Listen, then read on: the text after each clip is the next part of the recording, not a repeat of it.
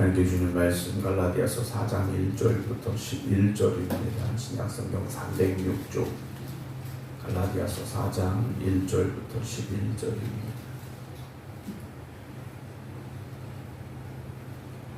내가 또 말하노니 유업을 이을 자가 모든 것의 주인이나 어렸을 동안에는 종과 다름이 없어서 그 아버지가 정한 때까지 후견인과 청지기 아래에 있나니 이와 같이 우리도 어렸을 때 이 세상의 초등학문 아래에 있어서 종 노릇하였더니 때가 참에 하나님이 그 아들을 보내사 여자에게서 나게 하시고 율법 아래에 나게 하신 것은 율법 아래에 있는 자들을 속량하시고 우리로 아들의 명분을 얻게 하려 하심이라.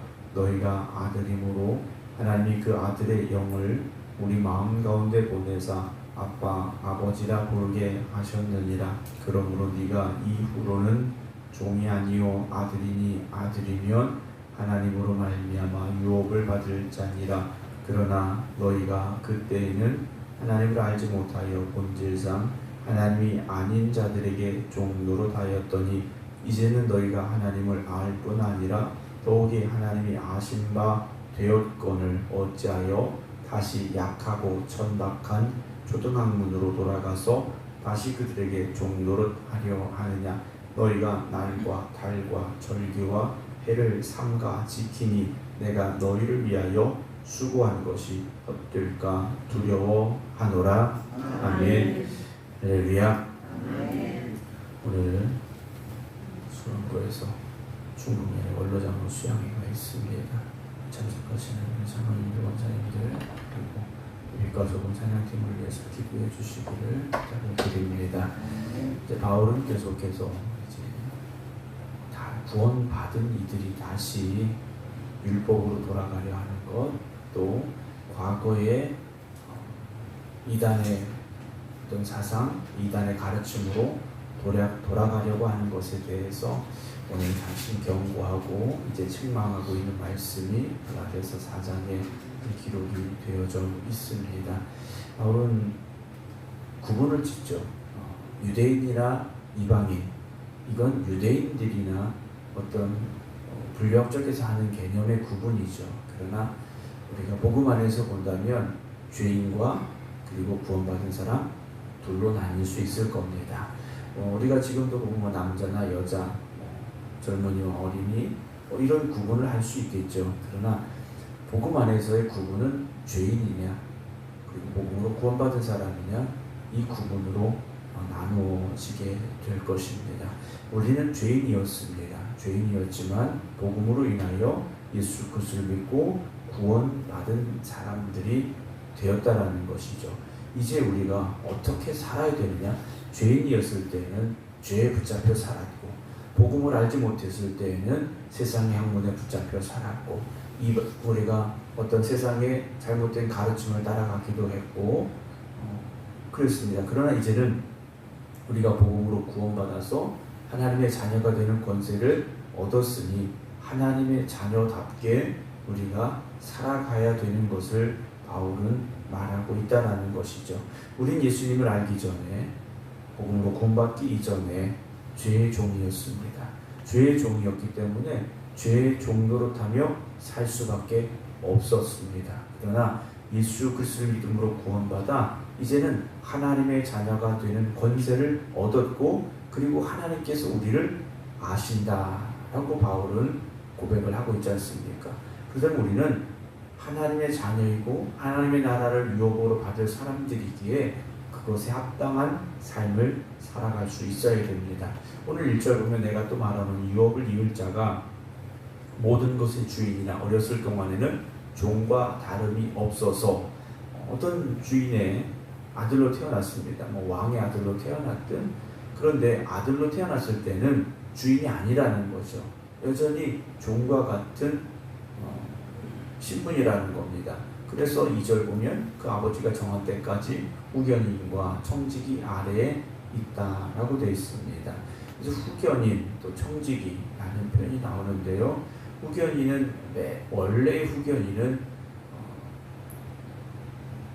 왕의 아들들이 이제 왕으로서 자라갈 수 있도록 돕는 역할을 했던 이들을 원래 이제 후견인이라 불렀고, 그 뒤에는 이제 어떤 권력을 가진 사람들, 어떤 권세가 있는 사람들의 자녀들을 돌보고 가르치는 사람들을 이제 이끌어가는 사람들을 후견인이라고 불렀고요. 청지기는 우리가 잘 알지 않습니까? 집안의 모든 것들을 맡아 관리하는 그런 책임을 가진 사람이 이제 청지기라고 되어 있는데, 어렸을 때에는 성인이 될 때죠.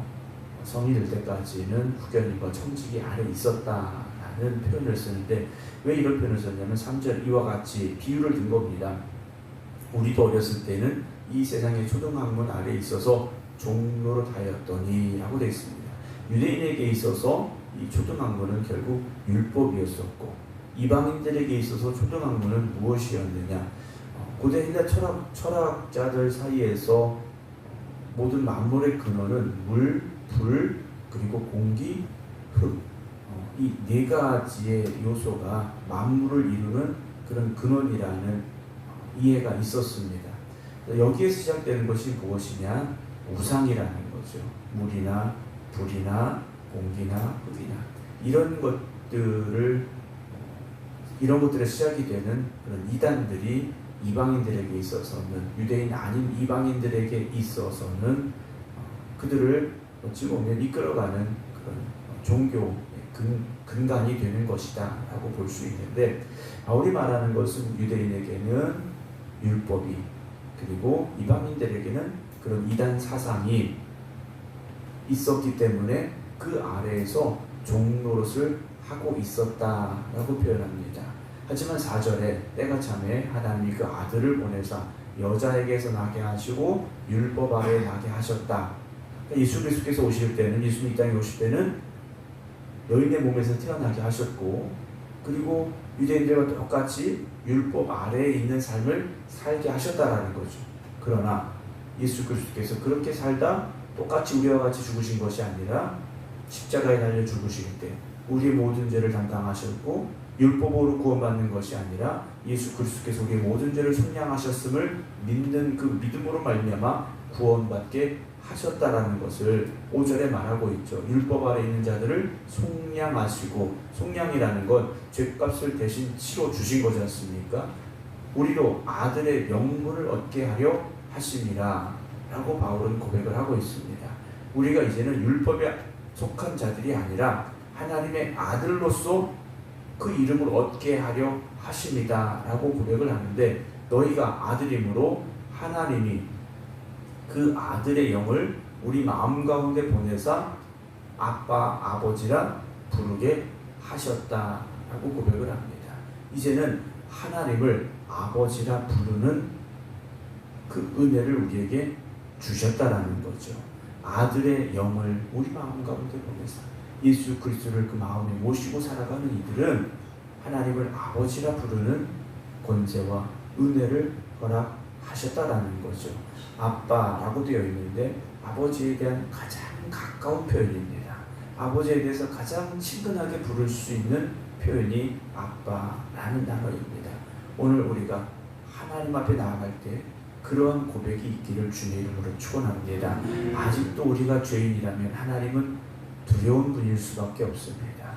그러나 우리가 예수 그리스도 말미암아 우리의 죄에 대하여 사함 받고 하나님을 아버지라 부를 수 있는 권세를 받았음을 누릴 수 있는 사람은 하나님을 가장 친근하게 부르는 아버지, 아빠라고 부를 수 있는 권세를 누리며 살 수 있다라는 거죠. 그래서 7절에 바울이 말합니다. 네가 이후로는 종이 아니요 아들이니, 아들이면 하나님으로 말미암아 유업을 받을 자이다 라고 말하고 있지 않습니까? 유업을 받을 자는 결국 하나님의 나라, 천국의 길을 걸어가는 사람들이라는 것인데요. 8절 그러나 너희가 그때는 하나님을 알지 못하여, 그때는 복음을 알지 못했을 때입니다. 자, 갈라디아서는 이방인들에게 쓰여지는 편지 않습니까? 유대인들이 아닙니다. 이방인들에게 쓰여지는 편지인데, 복음을 듣지 않았을 때는, 복음을 알지 못했을 때는 하나님을 알지 못하여 본질상 하나님이 아닌 자들에게 종노릇 했습니다. 그것이 무엇입니까? 이단 사상이고 우상이라는 거죠. 하나님 아닌 다른 것들의 종이었었는데, 이제는 하나님을 알 뿐 아니라 더욱이 하나님이 아신 바 되었거늘 이라는 표현을 쓰고 있는데요. 갈라디아 교회의 교인들이 하나님을 알게 됐고 더 중요한 것은 하나님이 그들을 아신 바 되셨다라고 되어 있습니다. 그들의 이름을 부르고 계시고 기억하고 계시다라는 거죠. 우리가 하나님을 알게 됐고 하나님도 이제는 여러분들을 알고 계시다라는 겁니다. 여러분, 이 말씀이 우리에게 오늘도 귀한 은혜의 말씀이 되기를 주님의 이름으로 축원합니다. 가끔 우리가 그런 생각을 할 때가 있어요. 하나님은 내 기도를 듣지 않으셔 라는 표현을 쓸 때가 있습니다. 그 말이 뭐겠습니까? 하나님 날 모르셔라는 말이겠죠. 하나님은 나와 상관이 없는 분이신가가 이런 착각을 하게 되기도 한다라는 거죠. 그러나 여러분들이 예수 그리스도의 십자가의 복음으로 말미암아 구원받았다면 여러분들이 하나님을 아는 것 그 이상으로 하나님은 여러분들을 알고 계십니다. 하나님이 그렇게 우리를 알고 계시다는 거죠. 그런데 어찌하여 다시 약하고 천박한 초등학문으로 돌아가서 다시 그들에게 종로를 하려느냐라고 말합니다.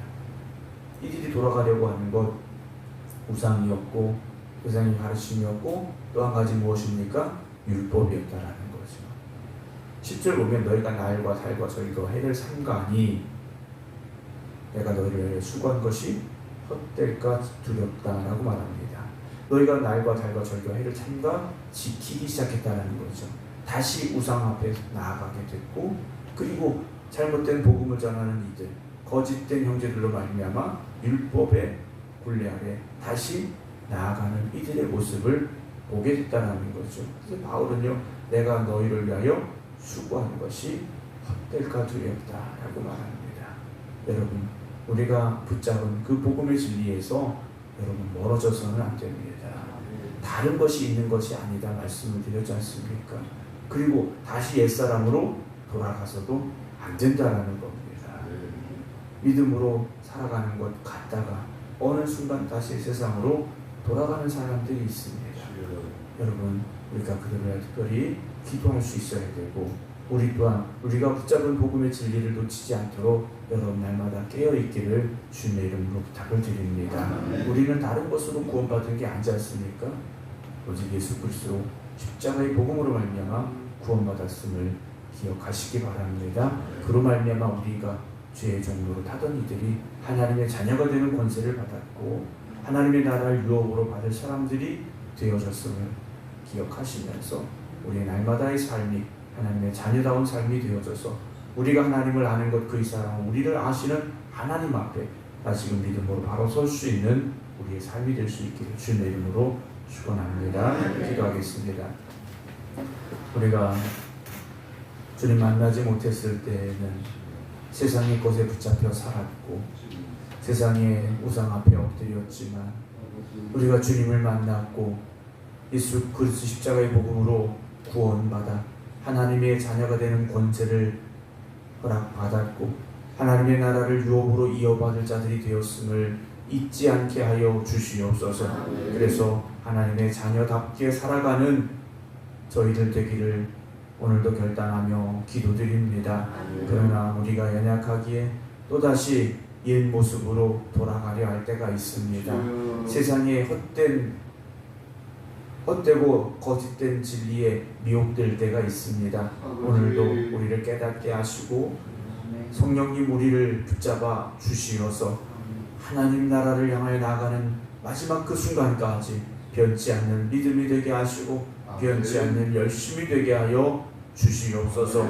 오늘도 이 새벽 깨어 기도드리는 모든 성도들을 주님 붙잡아 주시옵소서. 우리가 하나님을 아는 것 그 이상으로 우리를 아시는 하나님 우리의 부르짖음에 응답하여 주시옵시고 우리의 소망하는 바에 하나님 역사하여 주시옵소서. 간절한 기도의 제목 그 제목마다 하나님이 허락하시는 응답의 역사가 열매 맺게 하여 주시옵소서. 오늘도 주님 주신 귀한 사명 붙잡고 이 하루를 살아가는 하나님의 자녀들 성령의 능력을 더하여 주시옵시사. 가는 곳마다 복음의 진리를 증거하게 하여 주시옵시고 하나님의 영광을 위하여 살아가는 삶이 되게 하여 주시옵소서. 오늘 미가서금 찬양팀 하나님의 은혜 가운데 중국년의 원로장로 수양에 참석하여 찬양으로 영광 올려드리게 됩니다. 주님께서 함께하여 주시옵소서.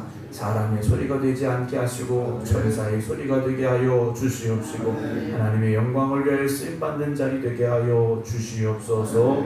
이제는 우리 주 예수 그리스도의 은혜와 아버지 하나님의 무한하신 사랑하심과 성령님의 감동 감화 역사하심이 오늘도 구원받은 하나님의 자녀답게 이 하루를 잘 살아가겠습니다. 기도드리는 모든 성도들 위해 이제부터 영원토록 함께 하시기를 간절히 축원하옵나이다. 아멘.